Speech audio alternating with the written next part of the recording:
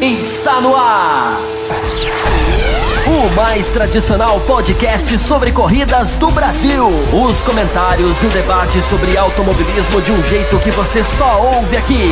A partir de agora, Thiago Raposo, Diogo Gomes e Fábio Campos apresentam Café com Velocidade. Café com Velocidade. A dose certa na análise do esporte a motor. Para você que nos ouve no cafécomvelocidade.com.br, estamos começando a edição 623 pós Grande Prêmio da Rússia, um grande prêmio que talvez não tenha tido aí toda a emoção que nós tivemos aí os últimos grandes prêmios, corridas muito boas, principalmente ali, depois a Hungria, depois Monza, Spa, aquela sequência gigantesca e ótimas de boas corridas que nós tivemos, mas com certeza foi uma corrida aí cheia de coisas para falar, cheia de coisas para a gente debater, e a casa está cheia, e vai ser um programa maravilhoso, tenho certeza disso. Se o nosso querido Fábio Wilson, que mal chegou e já está faltando gravações, a gente tem aqui duas pessoas que já são de casa aí para substituir o Fábio Wilson, que vai ser bem legal. Mas antes de chamar os nossos convidados, vamos chamar o nosso prata da casa, Fábio Campos. Fábio Campos, o senhor disse no programa da semana passada, se não me engano, comparando aí as formas de reagir de Bottas e Leclerc sobre influências da equipe. O que o senhor dirá nessa semana sobre aí as reações de Charles Leclerc ao acontecido? Primeiro por se sujeitar, né, a participar daquilo, e depois de toda a reclamação e tudo mais, e as consequências que teve para a corrida. Seja muito bem-vindo. Olá para você, Raposo, olá para os nossos dois convidados que daqui a pouquinho você apresenta. Raposo, eu vou pedir licença hoje para fazer duas aberturas em uma. Tentarei ser o mais breve possível aqui. Não teria como eu iniciar o programa de maneira diferente hoje, porque hoje foi batizado de esse dia 30 de setembro, é o Dia Internacional dos Podcasts. Não sei se o senhor sabe disso. Aliás, eu não sei quem cria isso, de onde nascem essas coisas. Mas a verdade é que nas redes sociais hoje circula que é o Dia Internacional dos podcasts, justamente numa segunda-feira. Eu até coloquei na nossa conta oficial do Café com Velocidade. Evidentemente o dia dos podcasts teria que cair numa segunda-feira, e principalmente numa segunda-feira de uma edição que eu considero um desafio pra gente, né? Pelo que aconteceu na Fórmula 1 e pelo modo como foi tratado o que aconteceu na Fórmula 1. Então eu gostaria de fazer essa primeira parte do meu comentário para agradecer não só quem nos apoia, e apoio não é só o financeiro que nos sustenta, é também quem tem entrado no YouTube, quem tem interagido com a gente no Twitter, quem tem apoiado esse novo caminho que você lidera, Raposo, no Instagram, que tem sido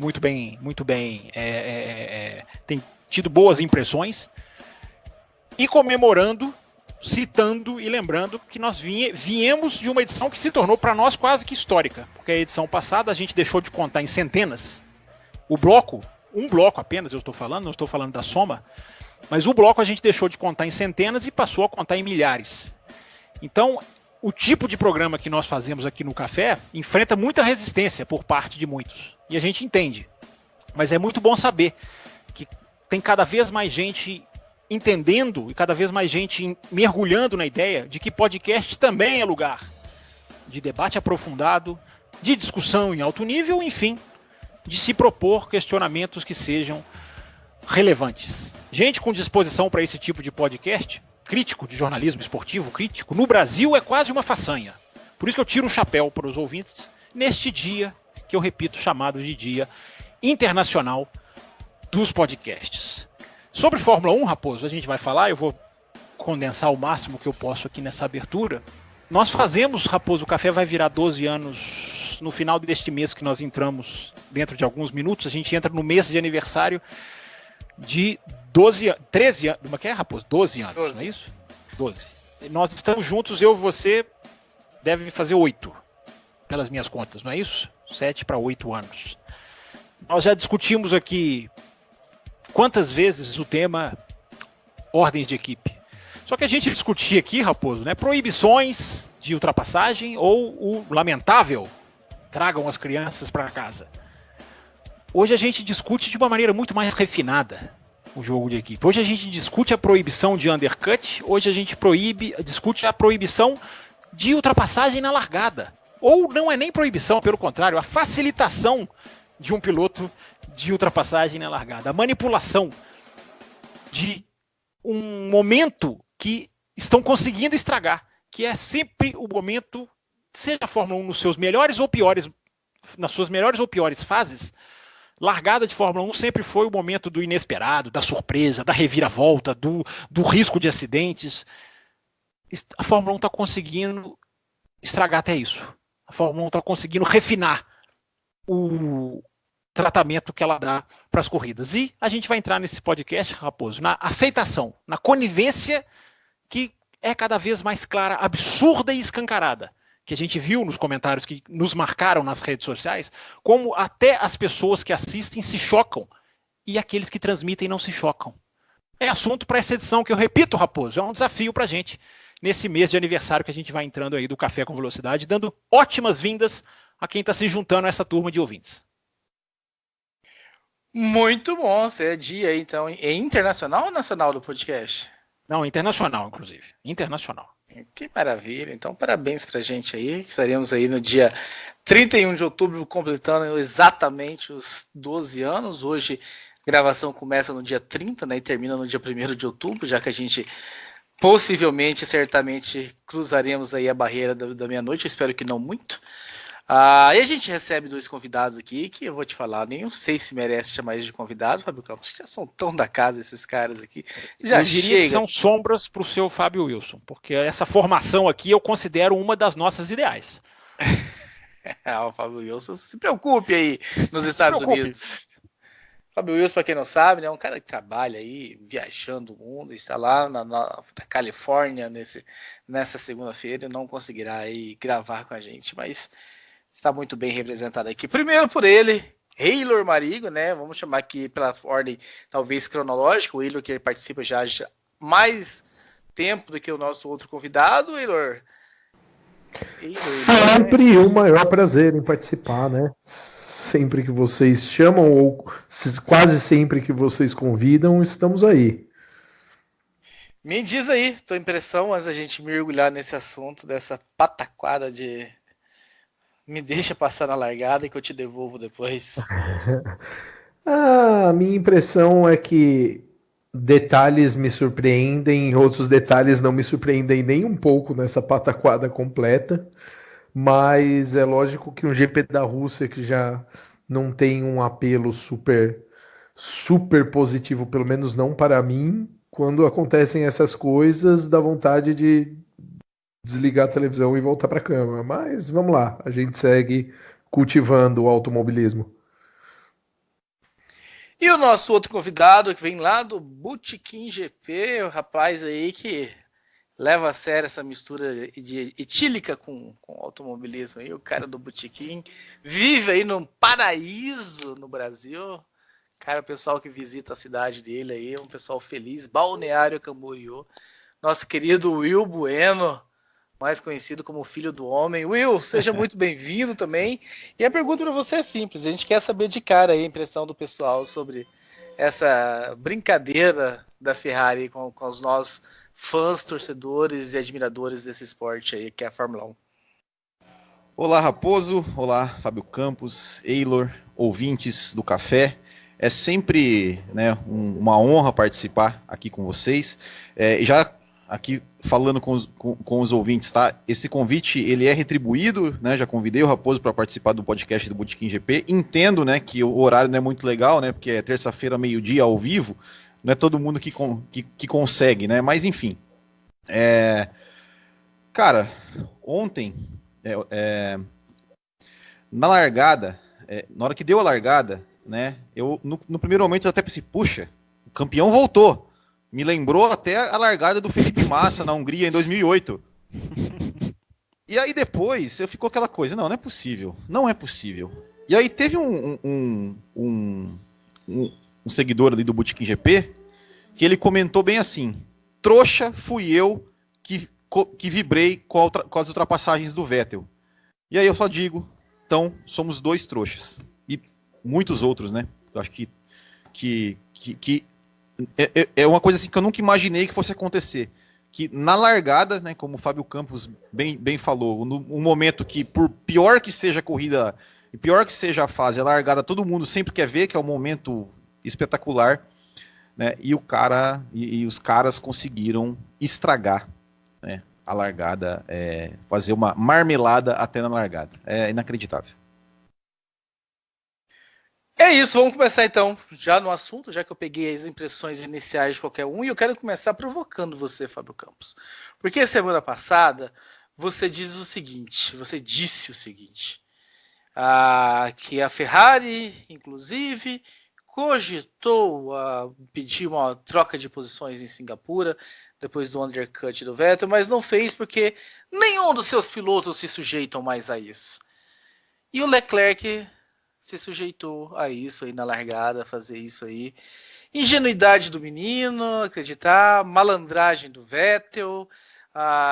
Qual a tua leitura do Vettel fazer aquilo, depois se recusar a entregar o que era, o Leclerc ficar chorando no rádio, de tipo, eu fiz o que vocês pediram e tudo mais, e tudo mais. O que você achou daquela DR? Pelo menos, né, Fábio Campos, eu coloquei lá no Twitter, inclusive, dei umas tweetadas pelo @Café Velocidade durante o foi você.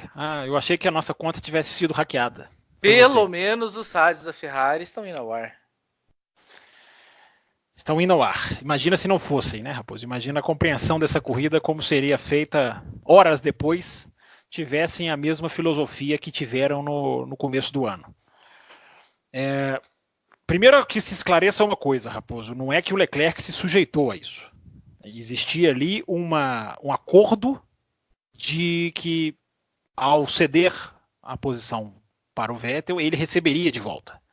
Então não foi que ele nenhum dos dois vai abaixar a cabeça para o outro. Não foi uma questão de abaixar a cabeça para o outro. A Ferrari não percebeu isso. Nós dissemos aqui, após o Grande Prêmio da Itália, da possibilidade de tudo explodir, né? E explodiu. Estava telegrafado. Parece que só quem estava lá diante, mas que aconteceu nas barbas de alguns, e esses não perceberam, que nós avisamos, inclusive, muita gente citou, o caso do Grande Prêmio da Itália, que poderia detonar ali uma situação, digamos, desconfortável para a equipe. Detonou. Vettel e Leclerc brigam por 2020. Eles não estão brigando por 2019. Eles estão brigando por 2020. Porque quem abaixar a cabeça agora é muito provável que comece de cabeça baixa em 2020. Quem abaixar a cabeça agora é muito provável que a equipe comece já trabalhando para o colega ao lado na pré-temporada de 2020. Então, é uma química que eu considero perfeita. Um apoiado na história, no peso do seu currículo, o outro apoiado na velocidade, no que tem mostrado, no que tem feito. Eu até coloquei isso, não me lembro se falei isso aqui semana passada, acho que falei, mas coloquei isso na minha conta lá no Twitter. Essa é a oportunidade de grandes dirigentes aparecerem. É nessas horas que o cara que sabe, que tem capacidade de conduzir uma equipe de Fórmula 1, tenta da melhor maneira possível tirar proveito de dois pilotos rápidos. Não fazendo isso, o que a Ferrari está fazendo. Não fazendo isso que a Ferrari fez. Porque tudo bem você conversar numa pista como a Rússia, você conversar com seus pilotos sobre a largada. Até entende se chegar ao ponto de, olha, você vai mais por fora, olha, você fica então por dentro, não troque, não faça um X para lá e para cá antes de chegar na curva. Você conversar, evidentemente, pode ser considerado como algo natural. Agora, isso que foi feito, de você dar o vácuo, ele te ultrapassa e depois volta, é o que eu falei na abertura. Estão matando as largadas também. Não só as corridas, não só as trocas de posição no box, porque nós tivemos, em 2 corridas seguidas, no espaço de 7 dias, nós tivemos 2 exemplos de proibição de undercut e proibição agora de largadas, ou largadas combinadas. Eu fico pensando o que mais precisa acontecer para esse tipo de coisa ser discutida a fundo pela imprensa. A fundo pelos que estão envolvidos no automobilismo. Porque o mais grave de tudo isso, Raposo, eu vou deixar o Eilo falar sobre a Ferrari, o Will falar também, sobre o vácuo, sobre a primeira curva, sobre o volta não volta, sobre os rádios tão ridiculamente reproduzidos, felizmente reproduzidos, mas os rádios são um retrato do ridículo, né? Olha, mas eu cumpri, aí o outro, não, mas eu não vou aceitar, é triste concluir que a salvação do automobilismo hoje, para não virar um fantoche a 300 km por hora, um teatro de bonecos a 300 km por hora, a única arma de defesa hoje é a desobediência. Isso é uma coisa que as pessoas deveriam refletir. Mas eu me preocupo mais, Raposo, para ouvir vocês três, com a aceitação. O que mais precisa acontecer para a Fórmula 1 e para aqueles que a cercam discutirem algo que inviabiliza as mudanças técnicas para 2021, o regulamento mais igualitário, mais, enfim, igualitário, que sejam tudo, que finanças, carro, departamento técnico. De que adianta todo esse trabalho se essas cabecinhas pensantes pisam no esporte? E aí eu termino onde eu queria começar, com a conivência de tanta gente. Porque esses caras, Binotto, Wolff, Gunther Steiner, essas figuras absolutamente metódicas, absolutamente empresariais, eles têm a conivência gigantesca de uma parcela de fãs, que acham que são competentes, então nós temos que ceder à competência deles. Como se eles tivessem carta branca para fazer o que quiserem, porque são competentes. Podem pisar em cima do esporte, podem rasgar os conceitos que forem de Fórmula 1. Ah, mas ele é tão competente. O Toto Wolff chega a ter cheerleader no Brasil. Ele tem cheerleaders no Brasil, o Toto Wolff. Não só no Brasil, como lá fora, inclusive. Até porque eu já vi isso lá fora, diante de mim, assim, a 2, 3 metros de mim. Como que o Toto Wolff não consegue andar num estacionamento em Monza? Porque ele tem uma legião de cheerleaders. Né? Então, esses caras têm a conivência da mídia, esses caras têm a conivência de um enorme grupo de torcedores para continuarem rasgando o que seja história, o que seja qualquer possibilidade de disputa na Fórmula 1, Raposo. Ao bel prazer, porque eles são muito pouco questionados, são muito pouco confrontados. E acontece o que aconteceu, né? Acontece o que eu até defini como palhaçada lá no vídeo, né, do domingo que eu fiz pós-corrida, para chamar o comentário do pessoal. E passando para você, Eilor, até tem uma pergunta aqui da Karen Titz, que ela até comenta, ó, ler o meu sobrenome corretamente no programa passado. Então a Karen Titz que pergunta aqui, queria saber a opinião de vocês a respeito da estratégia da Ferrari na largada, considerando a diferença de pneus entre Vettel e Hamilton, a vantagem da Ferrari nas setas. Vocês acham que era realmente necessária a troca de posição entre Vettel e Leclerc?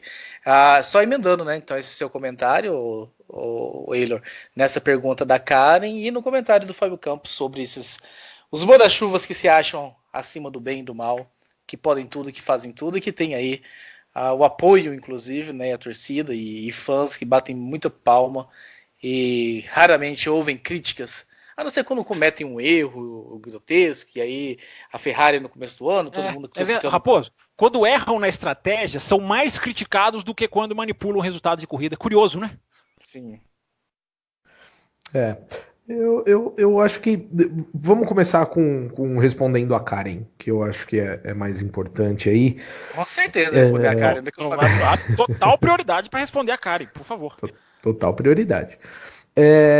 Karen, eu acho o seguinte, eu acho que a gente tem que refletir em cima de ordens de equipe, em cima de estratégias e acordos, etc e tal, da seguinte forma, do ponto de vista desse incidente da largada, né, de Leclerc deixar o Vettel passar para proteger as Ferrari da Mercedes. A Mercedes está numa situação confortável, inclusive antes do retorno das férias, o próprio Toto Wolff chegou a comentar que a Mercedes não faria nenhum grande esforço técnico para retomar a liderança no campeonato, caso a Ferrari passasse a ser o melhor carro das férias para frente. Toto Wolff comentou isso, falou que o Grande Prêmio do Japão, agora o próximo, seria a última mudança técnica dos carros de 2019, o que demonstra que a Mercedes está tranquilamente e com razão com a cabeça em 2020. Matematicamente, a gente tem aí, principalmente depois do resultado da Rússia, a gente tem aí uma Mercedes com chance de fechar o campeonato já no Japão e um Hamilton com chance de fechar o campeonato já no México. Considerando que quem compete diretamente com a Mercedes é a Ferrari, e mesmo que a Ferrari fique na frente, mas ninguém vai, dificilmente alguém vai tirar os pontos da Mercedes daqui para o resto do campeonato, a gente pode considerar que esse título já está praticamente garantido. Então eu acho que a Ferrari, numa posição de estar sendo muito pressionada, Mattia Binotto... Gente, Mattia Binotto eu dei muita risada, porque chegou uma hora na transmissão inglesa que eles estavam até comentando que ele estava com aquela cara do cara que tá no trabalho, tendo o dia puxado, desgraçado, maldito, e ao mesmo tempo tá brigando com a esposa ou com o marido, enfim, no WhatsApp, sabendo que quando ele chegar em casa o dia dele não vai melhorar, porque a situação dele não estava muito boa ali na corrida, e provavelmente as conversas pós-corrida seriam ainda mais agressivas. Porém, eu acho o seguinte, eu acho que a Ferrari criar uma estratégia dessa na largada, para se proteger da Mercedes, sabendo que a situação deles é que eles precisam mostrar resultado para ganhar um fôlego da mídia e ganhar um fôlego como equipe para o início de 2020, né? Ganhar, de certa forma, receber um pouco mais de aceitação com os resultados do fim desse ano e aproveitar o fato de que a Mercedes está numa posição confortável. Uma posição que já vinha sendo declarada, eu não sei se todo mundo reparou, mas a forma como o Hamilton falava dos resultados antes das férias já deixava muito claro que a Mercedes estava, meu amigo, a gente ganhou. Por mais que possa mudar, de certa forma a gente ganhou. Então eu diria que nesse ponto, a Ferrari criar estratégias para se proteger da Mercedes, deixar passar, deixar... um piloto ir na frente do outro, depois devolver posição, depois etc e tal, a gente pode julgar isso tá certo ou tá errado do ponto de vista do esporte, mas vai acontecer, tá? Eu acho que é óbvio que a gente que tá sentado no sofá fica numa posição muito desgraçada no meu caso, eu vou dar o meu exemplo, acordei de manhã num domingo que eu tinha ido dormir tarde pra caramba, falando, cara, eu só vou acordar porque é Fórmula 1, liguei a minha televisão.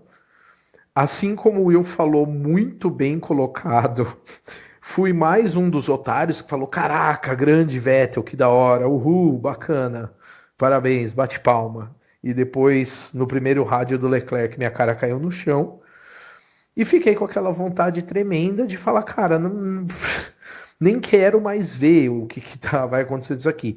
Isso só mudou porque o Vettel ligou o modo Multi-21 dele e resolveu não devolver a posição, que também foi muito curioso. Que eu acho que é outra coisa que a gente pode falar mais pra frente.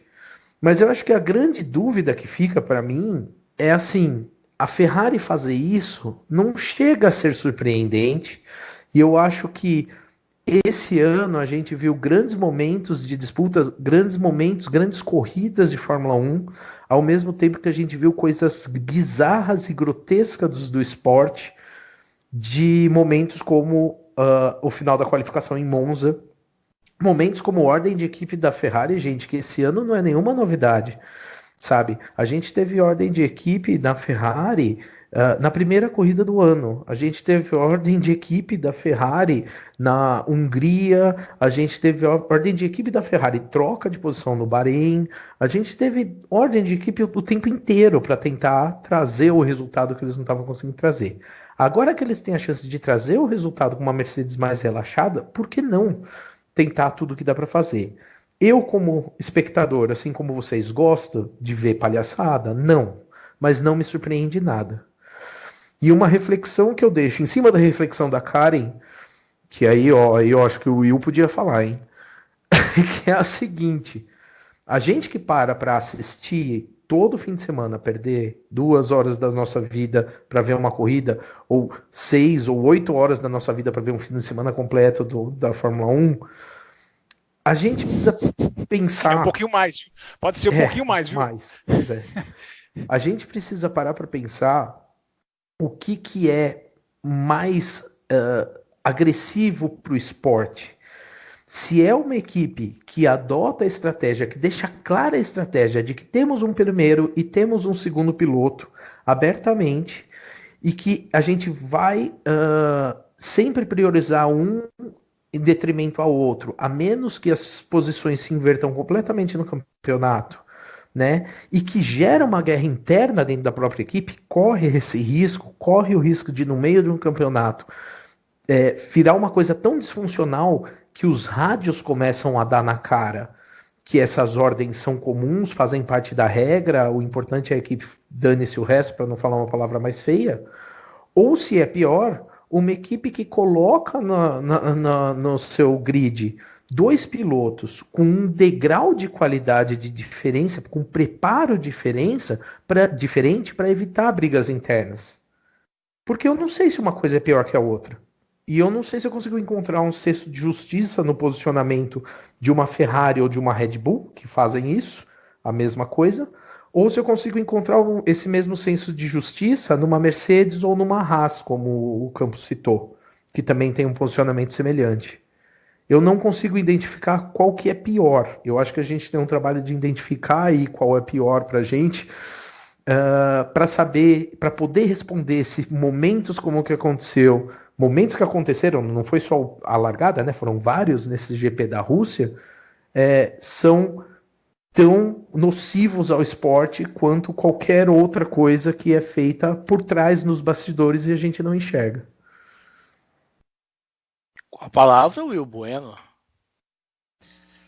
Olha, eu não consigo responder qual é pior, né? Na verdade, assim, acho que todos os cenários que você falou aí são ruins, né? Ou seja, de ter um primeiro piloto para um segundo. A questão é, você pode até ter um primeiro piloto e um segundo piloto, claramente, mas quando esse segundo piloto eventualmente conseguir se destacar em uma corrida, em uma pista, em um treino, que deixe ele se destacar, que deixe ele chegar na frente, que deixe as coisas naturalmente acontecer. Ele pode ter ali, vamos voltar ao passado, quando tinha carro reserva, beleza, o primeiro pode ter, o carro reserva vai ser do outro, quando tiver atualização, só tiver para um, vai ter para o outro, beleza, isso aí eu até aceito. O que eu não aceito é que quando acontece o segundo piloto se destacar, né, conseguir aí fazer um final de semana mágico ali e andar na frente, que seja tirada dele a vitória ou o resultado, enfim. E o que eu fico pensando, né, com relação ao que aconteceu no domingo, mas que medo é esse de ser ultrapassado numa corrida de carros? Que medo é esse? Tipo, olha, vamos fazer assim porque pro Hamilton não ultrapassar. Cara, sabe, será que eu sou tão sonhador assim de imaginar que um dia alguém vai falar assim, olha, tem que fazer assim, porque se o Hamilton me ultrapassar na largada, se ele te ultrapassar na largada, você vai e ultrapassa ele, você tá aqui na Ferrari, meu filho, você foi contratado para isso, porque você é bom, então se é bom, você vai lá e ultrapassa ele de volta, na pista, como um corredor, que você um piloto de corrida, de carro. Será que não é óbvio isso? Será que isso não é óbvio? Você é um piloto. Se o cara te ultrapassar, você vai lá e ultrapassa ele de novo. Ou tenta, ou sei lá, ou fecha ele na largada ali. Eu não consigo entender. E como o Fábio Campos aí falou, é inacreditável quantas pessoas, seja fãs, seja jornalistas, seja qualquer coisa que acompanha a Fórmula 1, que não, tá certa a Ferrari, não, porque a estratégia da Ferrari foi boa, foi inteligente, foi isso, não, tem que fazer isso mesmo. Cara, que isso? Que isso? O que mais falta acontecer para exatamente, como eu lembro que a minha última participação que eu estive aqui foi foi quando teve o GP do Canadá e a gente estava falando, olha, hoje era o dia da imprensa estar lá na porta da FIA para falar sobre isso. E hoje era mais um dia para falar assim, pô, gente, né, a gente já veio da semana passada de um cara que, anda mais rápido, anda mais devagar para você não passar o outro. E agora na largada, olha, pô, não dá para entender, como que isso está ficando normal na vida de quem acompanha Fórmula 1.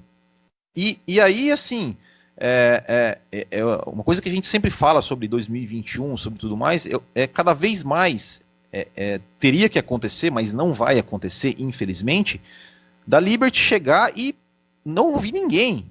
Falar assim, meu querido, a Fórmula 1 vai ser assim, as regras vão ser essas. Você quer?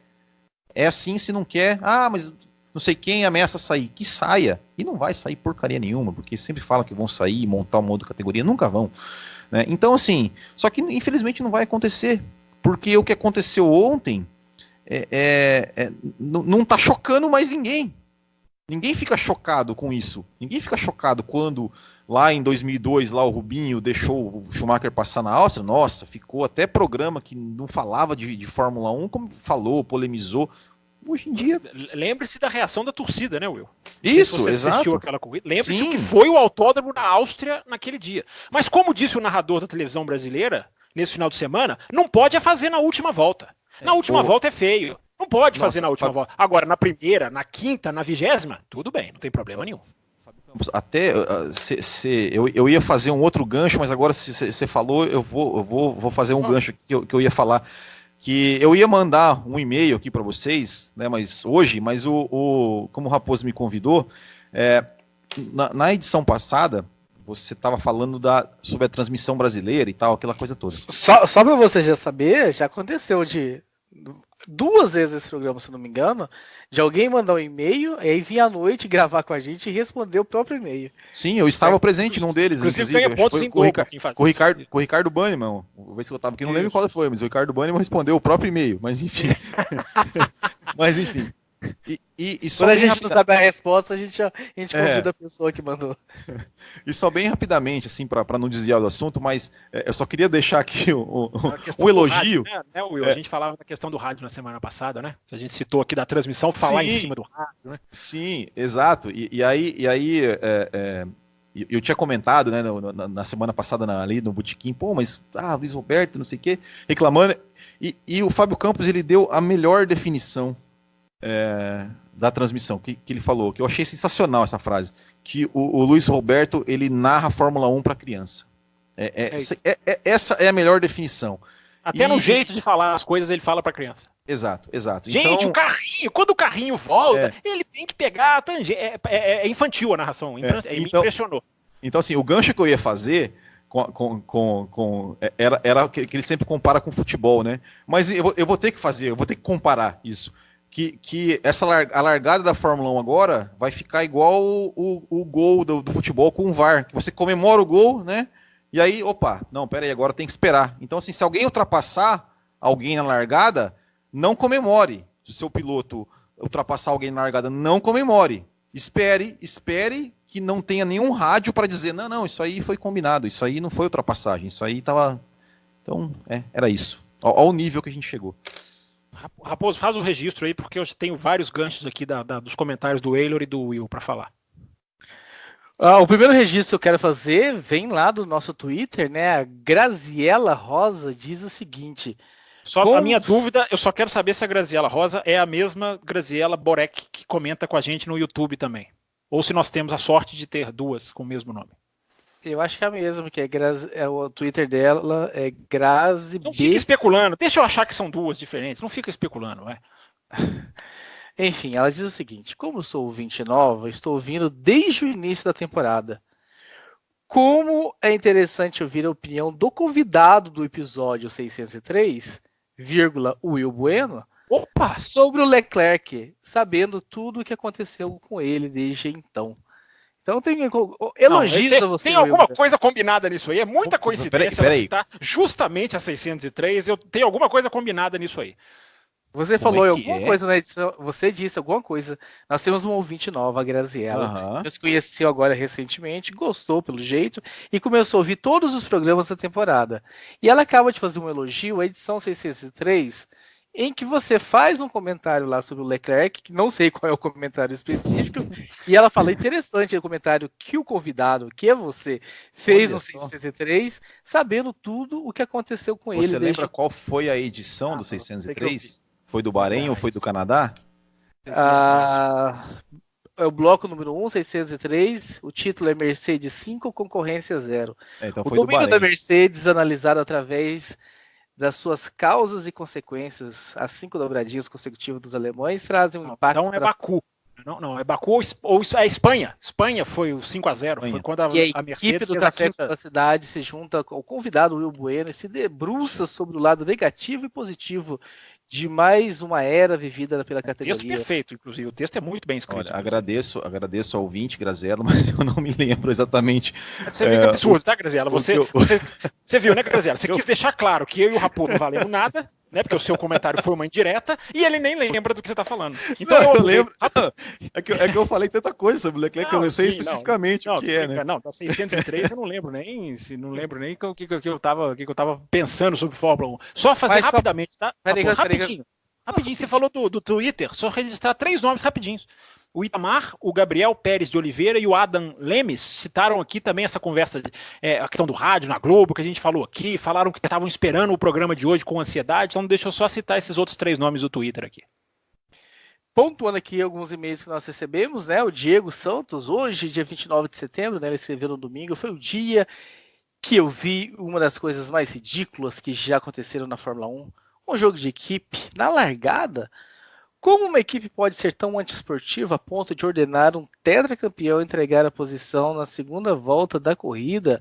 O Renan Ravaglio diz o seguinte: mais uma corrida onde a Ferrari entra nessa de mexer na corrida com ordens de equipe e merecidamente se dá mal.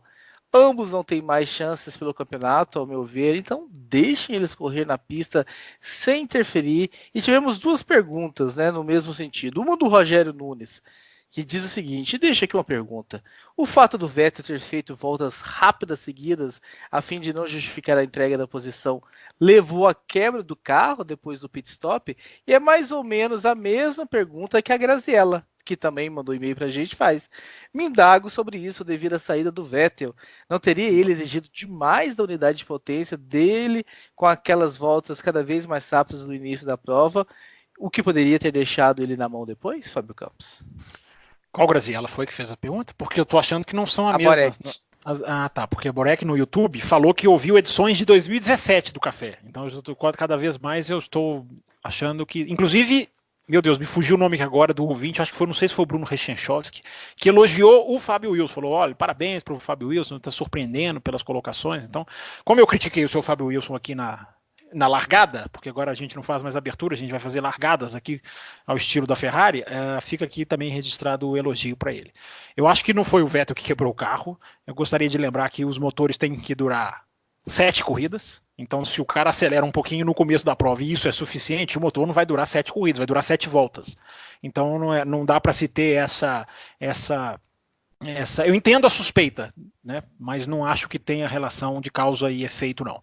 O que me chamou muito a atenção, ouvindo essas mensagens que você leu, e aí pegando o que falou também o Will, eu tento colocar eu tento resumir em alguma palavra, ainda mais agora que a gente tem tentado fazer títulos para os blocos sempre caça-clique. Não, caça-cliques não, porque a gente não tem nenhum programa, a gente não fez nenhum programa de Ayrton Senna. A gente fez, não, tem um na história, né, Raposo, que foi feito esse ano passado. A gente não é caça-clique. A gente não fica falando de piloto brasileiro. A sua piadinha não tem nem fundamento cômico, ela não tem. Mas títulos que sejam boas definições do que foi o bloco, tá, Raposo? Você perdeu a oportunidade de dar uma cortada e fazer o ponto com essa minha deixa. Uma definição para tudo isso que está envolvendo a Fórmula 1. E eu até coloquei hoje no meu Twitter, lá no @campusfb, a definição que eu acho que é precisa para esse tipo de filosofia, para esses comandantes da Fórmula 1 atual. Caçadores de resultados. A Fórmula 1, por isso que vai muito do que o Will falou, poxa, aonde está a dificuldade em combater o seu adversário? Aonde está esse medo excessivo que te faz planejar uma largada tendo uma velocidade de reta tão absurda que a distância para o carro seguinte, que nem era o Hamilton, era o Carlos Sainz, depois da curva 1, porque a freada é para a curva 2. Depois daquela inclinada para a direita, digamos assim, aquela tomada para a direita, que é a curva 1, o carro mais próximo das Ferraris era o Carlos Sainz.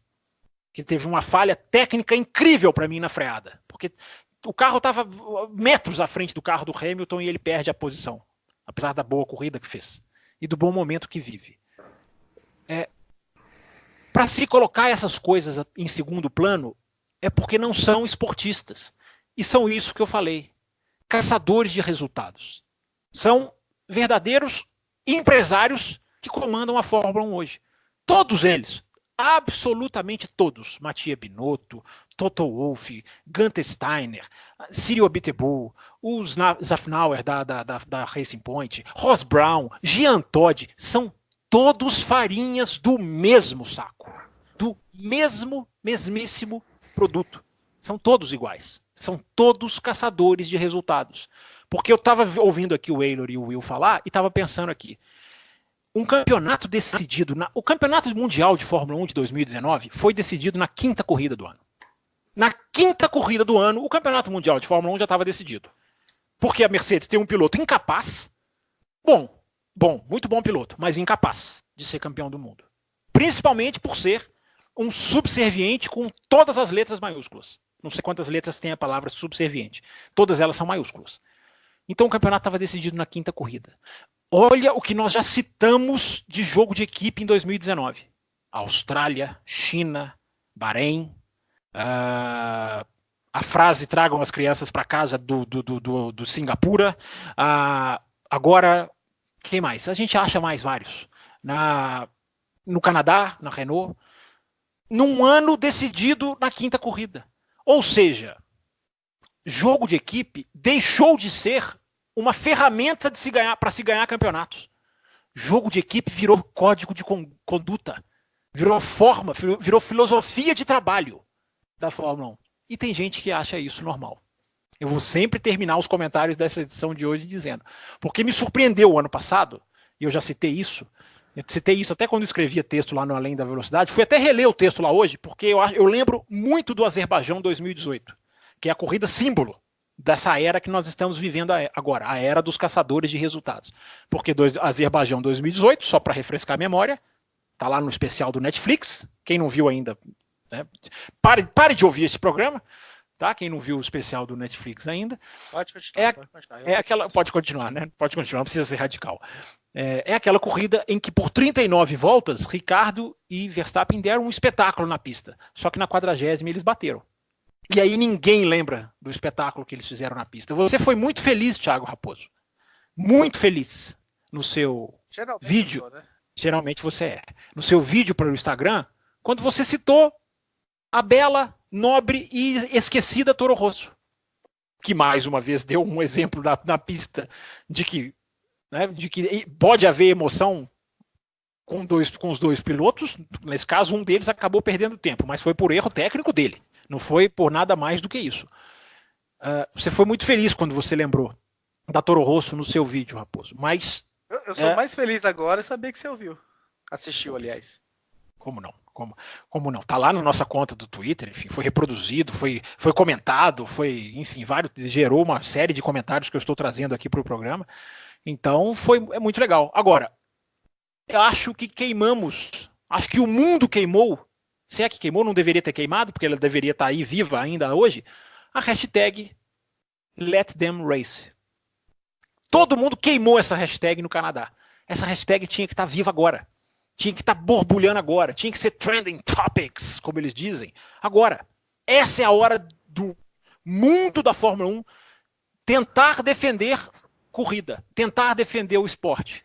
Porque o esporte está ficando pequenininho. A gente está cada vez vendo mais setores, tipos de manobra de corrida. O mais triste, juro que é a última frase para encerrar. O mais triste é constatar como o imprevisível é cada vez mais um corpo estranho no automobilismo. Como o imprevisível está cada vez mais desaparecendo do vocabulário de quem mexe com corrida.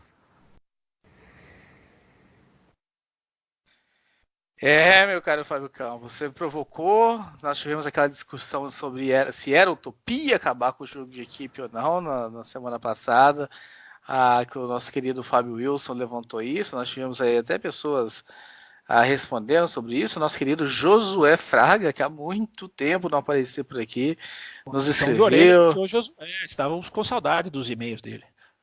Sim, apareceu aqui falando sobre essa questão da utopia, então registrando aqui o e-mail do Josué Fraga, e repercutiu bastante também nas nossas redes sociais. Pra gente dar um tapa nesse assunto para fechar esse primeiro bloco e continuar no segundo, eu quero passar pro Will agora primeiro, antes, e depois o Waylor, para repercutir em cima das coisas que Fábio Campos disse, Will.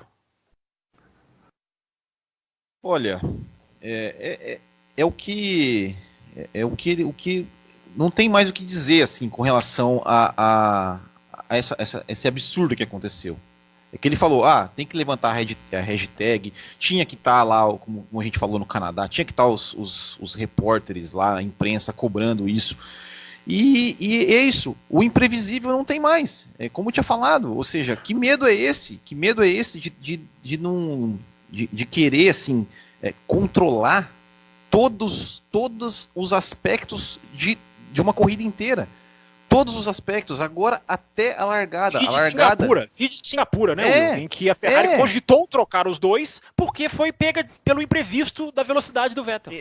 Exato. É algo assim que eu não consigo entender como é que as pessoas podem achar isso normal. Como é que um cara que fala, não, eu sou fã de Fórmula 1, porque assim, eu lá no meu canal, Quando eu critiquei lá o jogo de equipe da Mercedes, eu sou ferrarista. Ontem eu era Hamilton. Então, assim, é umas coisas que as pessoas elas não conseguem entender, assim, raciocinar, tirando a paixão de torcedor do lado, e entender que cara, o esporte que a gente gosta, que como, né, o Euler falou, que a gente perde 2 horas do nosso dia para assistir, e nós perdemos bem mais, porque nós assistimos treinos, e nós perdemos ainda muito mais, porque a gente perde tempo, né, entre aspas, aqui, fazendo programa, gerando conteúdo para falar sobre isso, e só nós que estamos aqui, digamos, revoltados com isso. Não é possível que as pessoas achem, não, a Ferrari fez certo, não, porque a Ferrari foi inteligente, não, porque como você falou, o Luiz Roberto, não, porque não pode ser na última volta, mas se for nas outras 68, nem sei quantas voltas era da Rússia, mas enfim, e tudo bem, pode ser, então não dá, e a utopia, que a gente fala de acabar com o jogo de equipe, para mim, assim, ó, se eu fosse o dono da porra toda ali e mandasse, era o seguinte, meu filho, não vai ter rádio mais. O rádio é só para direção de prova, falar, safety car na pista, box, abandona por questão de segurança, só isso, não vai ter nada, não vai, os pilotos na pista e o cara vai falar antes, isso, tudo bem, que isso até foi combinado antes, né, mas beleza, se alguém descombinasse, só ia conversar depois, não ia conversar durante a corrida. Não cumprir o combinado é o mais provável na Ferrari hoje, e isso que é o mais legal, né? Enfim, é isso, talvez arrumem outros meios, mas para mim, assim, essa é a chance de fazer uma mudança radical que infelizmente não vai acontecer. Mas era agora, né? A hora que você está fazendo um carro de 2021 que você pode tirar muito da parafernália eletrônica, que é o que eles alegam que exige o rádio, era exatamente agora, mas é neste dia, porque nós estamos a 1 mês de fechar o tempo. Mas é isso, a ideia é ótima, e eu só faço um parênteses antes do Eilo falar. É por isso, muito por esse seu comentário também, que eu comecei o programa parabenizando e tirando o chapéu para o ouvinte do café. Porque o ouvinte do café, ele pode discordar. Muitas vezes a gente recebe e-mail aqui discordante, mas me surpreende muito positivamente como o café construiu uma eu não sei se isso acontece lá no Botequim, enfim, ou se, porque isso levou anos, isso também não acontece de uma hora para outra, uma rede de seguidores que estão, antes de tudo, abertos ao debate, abertos à discussão diferente. A gente, sim. Muito raramente, a gente recebe um e-mail aqui, como eu recebo em outros lugares, mensagens em outros lugares onde eu trabalho, falando de automobilismo, de disso aí, de utopia, de você torce para time tal, de você torce para equipe. Se fosse isso, você não faz. Isso não existe no café. Por isso que dá muito orgulho a gente chegar aos números que a gente chegou na semana passada. E muito mais orgulho num país em que a imprensa que cobre automobilismo é tão apática. Essa falta de sincronia da imprensa com o público, pelo menos no nosso universo, porque eu não fiquei estudando as redes sociais. Claro que se eu fugir da nossa bolha, vou ver diferente, mas dentro da nossa bolha, o Rede do Café, o meu Twitter, enfim, o Twitter do Diogo Gomes, que eu estou lá sempre vendo também, não existe essa alienação. Existe gente que concorda e discorda, mas aberta a discussão. E isso é muito legal. Então isso deixa a gente muito satisfeito. Eu vou até citar um aqui, ó, que eu lembrei quando você falou, Will, do lado da questão do trouxa. O Hugo Montinho escreveu lá no Twitter para mim. O trouxa aqui vendo a largada do Vettel e pensando o campeão voltou. Falou quase que exatamente as suas palavras. Olha só. E a narração do David Croft na Sky, eu posso falar, é de quem também viu aquilo ali como se fosse, né, 100% do mundo viu aquilo ali como natural. Olha que legal, o Vettel ganhou a posição na largada. Para na segunda volta vir a mensagem da Ferrari. Fique tranquilo, Leclerc, nós já estamos programando o swap, a troca. Só o último aqui. Também ali é minoria isso que acontece, né? Mas é muito no YouTube. O YouTube, eu não sei se isso é característica do YouTube, tem isso, mas é que no YouTube já tivemos alguns agressivos no YouTube. No YouTube acontece bastante, assim, geralmente contas de pessoas com nomes falsos, né? Sim. Vamos deixar o Eilo falar agora, né, Raposo? O Eilo tá bravo, inclusive. Eu tô sentindo que ele tá bravo ali no cantinho dele. E, inclusive, para encerrar esse bloco número 1, já que a discussão vai se prolongar no bloco número 2. Para fazer um fechamento que eu acho que fica ainda mais sensacional, eu vou fazer uma correção ao Fábio Campos aqui. Por favor. Porque neste exato momento nós estamos às 11 horas do dia 30 de setembro. Então você que está ouvindo este bloco, você já está no mês, dentro do mês, em que a gente poderia deixar de ser otário e a Fórmula 1 poderia ter pensado no esporte para as regras de 2021. Porque é agora, nesse mês, que eu ainda tenho esperança, Eilo. Você tem esperança? Eu ainda tenho uma pontinha de esperança de que algumas coisas vão ser feitas. Sim. Mas é nesse momento em que todas essas mudanças, até o que o Will colocou aí, que a gente sempre fala também sobre o rádio, que poderia se mudar a regra de rádio, que se poderia mudar tudo, que a gente já debateu, e o pessoal do café já debateu tantas centenas, para não falar milhares de vezes aqui nesse programa, e que a gente vai saber agora, neste mês, em poucas semanas, na verdade acho que em 2 semanas, né, que acho que na primeira semana de outubro, né? Não, é o 31 a data limite. Então, assim, a gente tem os 30 dias completos, quase. Então, porque é o aniversário do café, então, que eles vão definir isso aí. Você sabe que eu não tinha pensado nisso, Raposo? Você tinha pensado nisso? Que a definição da nova Fórmula 1 sai no dia do aniversário do café. Que brilhante o Will foi agora. Vamos ver se esse presente vai ser de gregos ou troianos, né? Do aniversário do café. Porque essa regra realmente poderia definir tudo isso, né? Agora, falando um pouco sobre o posicionamento dos pilotos em relação a essa situação específica, eu, por outro lado, acho muito importante, muito legal de ver, e eu acho que eu não estou sozinho nisso, até porque foi meio com essa reflexão que eu vi o fato do Vettel ter ganho como piloto do dia nessa corrida. Pensei isso também. Pensei isso também. Foi um aval. Foi um aval. Sim. Eu adoro quando as equipes fazem esse tipo de coisa, fazem umas mutretas muito loucas e um cara como o Vettel liga o modo Multi 21 e fala não. Me lembro que no programa do pós-Multi 21 ele estava sendo criticadíssimo e nós aqui no café não criticamos. Campos, detalhe, eu assisti a corrida na Sky Sport que nem você. Sim. Mas depois de assistir a Sky Sport, eu fui cavar na internet a transmissão nacional para ver o que seria dito. E o que eu ouvi na transmissão nacional eu fiz a mesma coisa. Não, se o acordo foi a ultrapassagem na largada, agora não tem o que discutir, tem que deixar o Leclerc passar. É o Paul de Resta falou a mesma coisa. Não, o Paul de Resta falou assim. Só uma ressalva, né? O Paul de Resta falou assim, tá cedo, tem que ser mais à frente. Só uma ressalva. O Burt, em um momento da transmissão, ele pegou e falou, não, mas mesmo se foi combinado, eu não concordo com isso. Então tá feito. Ok. Mas aí bom que você falou, porque realmente eu não assisti a coisa completa. Eu vi esse momento e eu achei muito decepcionante. Eu peguei um pedacinho também.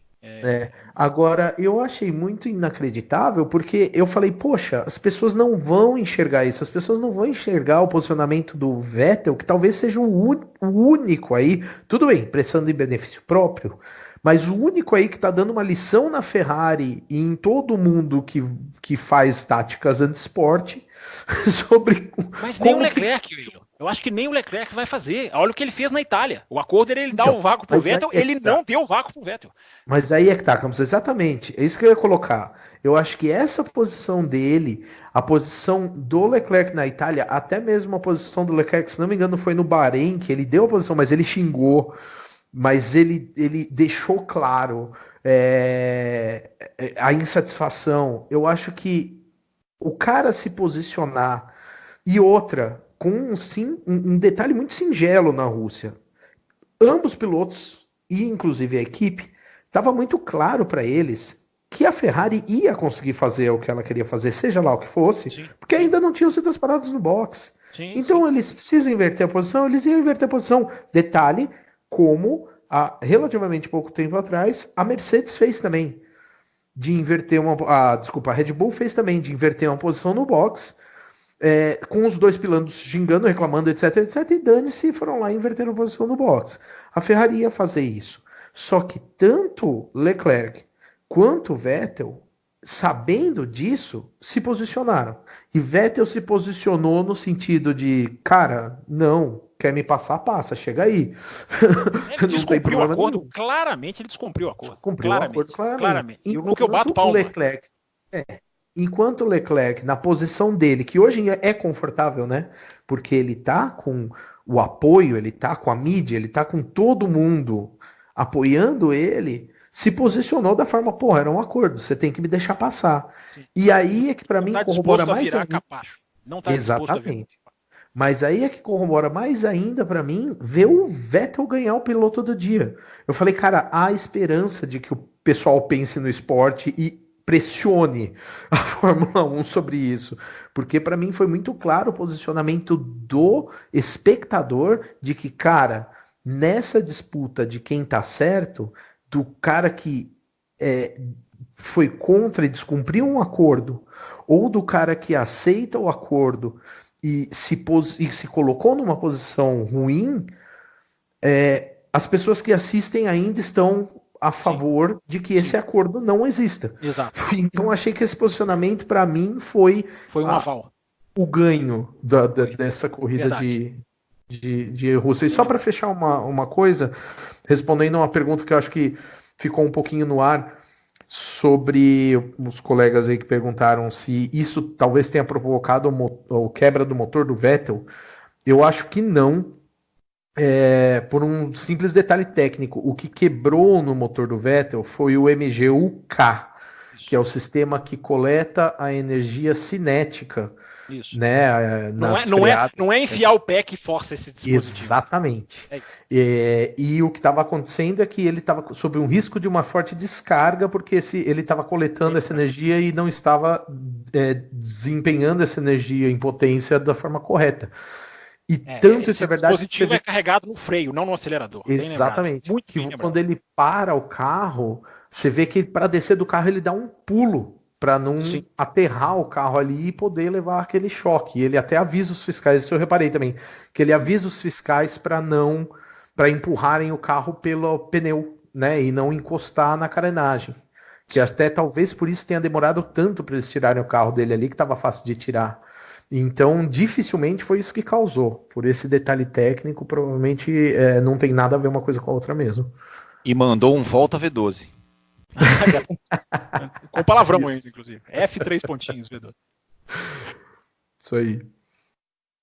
É isso, meus caros. Com isso a gente chega ao final do primeiro bloco. A gente vai continuar essa discussão no segundo bloco. Temos ainda assuntos a discutir com isso. A pergunta que eu faço aqui é: Will, você volta no segundo bloco ou você já despede por aqui? Não conta. Ele não vai contar. Claro que ele vai deixar isso no ar para as pessoas. Inclusive, eu vou deixar uma coisa no ar. O anúncio da McLaren de motor Mercedes, para mim, é um fracasso da Fórmula 1. E eu explico no segundo bloco, para também deixar coisa no ar aqui para os ouvintes. Vamos para o segundo bloco, ouvintes. Não tenham medo, não tenham preguiça.